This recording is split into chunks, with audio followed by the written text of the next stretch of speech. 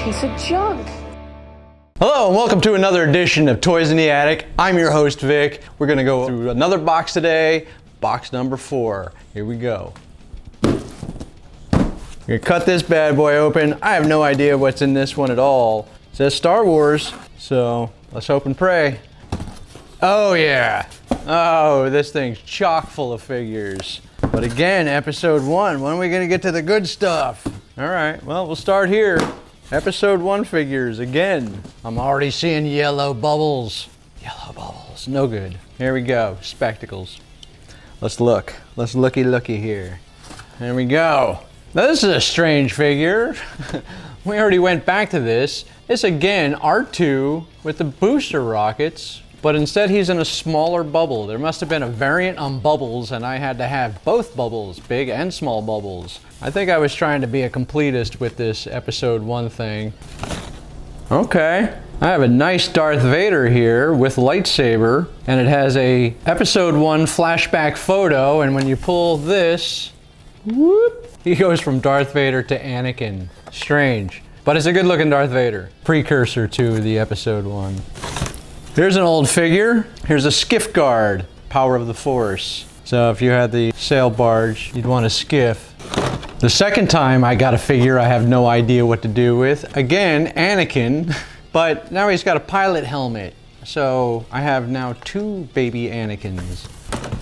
Okay, Power of the Force. Back in the day, they called this Walrus Man, but we all know him as Ponda Baba. They should have made this with a removable arm. This is where he's in the cantina giving Luke a hard time. They should have had this removable arm. That would have been cool. Maybe they have that in a later edition. Here's a Power of the Force, Anakin Skywalker as a grown-up with a flashback photo. He goes from Anakin to baby Anakin. I guess this was supposed to be the Force Ghost, but he's just the regular old Anakin guy. This guy doesn't look like a badass at all. So I'm kind of glad they took him out of the movie, even though most people would hate that. He just didn't look like he fit in. That does not look like the guy who should have been Darth Vader. I like this one. This is a Hoth Chewbacca, and it's Chewbacca covered in snow. So you put him with Hoth Han and some Tauntauns, and you got yourself a little setup here. Chewbacca covered in snow. I love it. Here's a Darth Maul with cloak from Tatooine. It's a great looking figure, but these plastic robes that they put all these figures in back in this set made it very hard to move the figures because of the robes. You'd had to remove all the robes, so they were pointless, but they look cool. So if you didn't take them out of the package, they look sharp. All right, here we go. Farm Boy Luke. This is from a deleted scene in A New Hope. This is Luke with a blaster rifle. Anyway, this doesn't look anything like Luke Skywalker. He does look like a dumb farm boy though. Flashback photo. Here he is, farm boy. Yeah. Oh, what is that? Anakin. Boo. What else we got in here? Padawan, Obi-Wan, Jedi Knight actually. So this is later in the film when he becomes a Jedi Knight. He's no longer the Padawan, although he still has his Padawan braid. So, well, his almost transition is complete there. Obi-Wan. Gotta love Obi-Wan. Here's a cool figure. This is TC-14. It's a silver C-3PO, one of the opening scenes of episode 1 when Qui-Gon and Obi-Wan were getting gassed. They were in the room with TC-14. Here's a Darth Maul from the Jedi Duel, and that would be cool if this Darth Maul got cut in half. They should have been thinking ahead. That would have been a cool figure to have, right? The Darth Maul that gets cut in half. That would have been cool. The Comp-Link should have played Duel of Fates. That would have been cool. Now we're talking. I don't want to hear what he has to say from the movie. The guy had 3 lines. Should have played that. Here's another Darth Maul, Sith Lord with lightsaber, removable blade, no cloak. Technically, was he ever a Sith? Right? With the rule of 2, right? There was already, Plagueis was still in the scene all the way till like the middle of episode 1. Or he's not canon, so does it count? I'm not sure.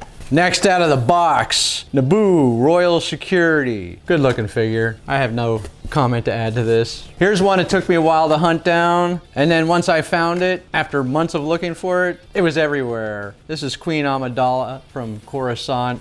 in her full gown. Next joining us, oh nice, finally, here we go, this makes sense. C-3PO with removable arm. This is from the scene on Tatooine where he gets beamed by the Tusken Raider, loses his arm, and he's all banged up and dirty and disgusting, and I like it. This figure makes sense. This might now be my new favorite C-3PO. Mon Mothma. I had no idea I had this. Just watch me stare at it for a while. Again, for collectors, because what kid wants to play with Mon? All right, here we go. Odie Mandrell with his pit droid. Yellow bubble, so no good. But now it gives me a reason to break them out and maybe set them up with the two pod racers that I have, and we can set up a whole pod racer diorama. Ki-Adi-Mundi, one of the strangest looking Jedis I've ever seen. He's got that big cone head. I thought he was cool in the movie. Next up, my least favorite C-3PO, and that's from episode 1 where he has no coverings. He's just all wires. I really didn't like this C-3PO. And that concludes another episode of Toys in the Attic. I'm your host, Vic. Thanks for joining us today, and may the Force be with you, always.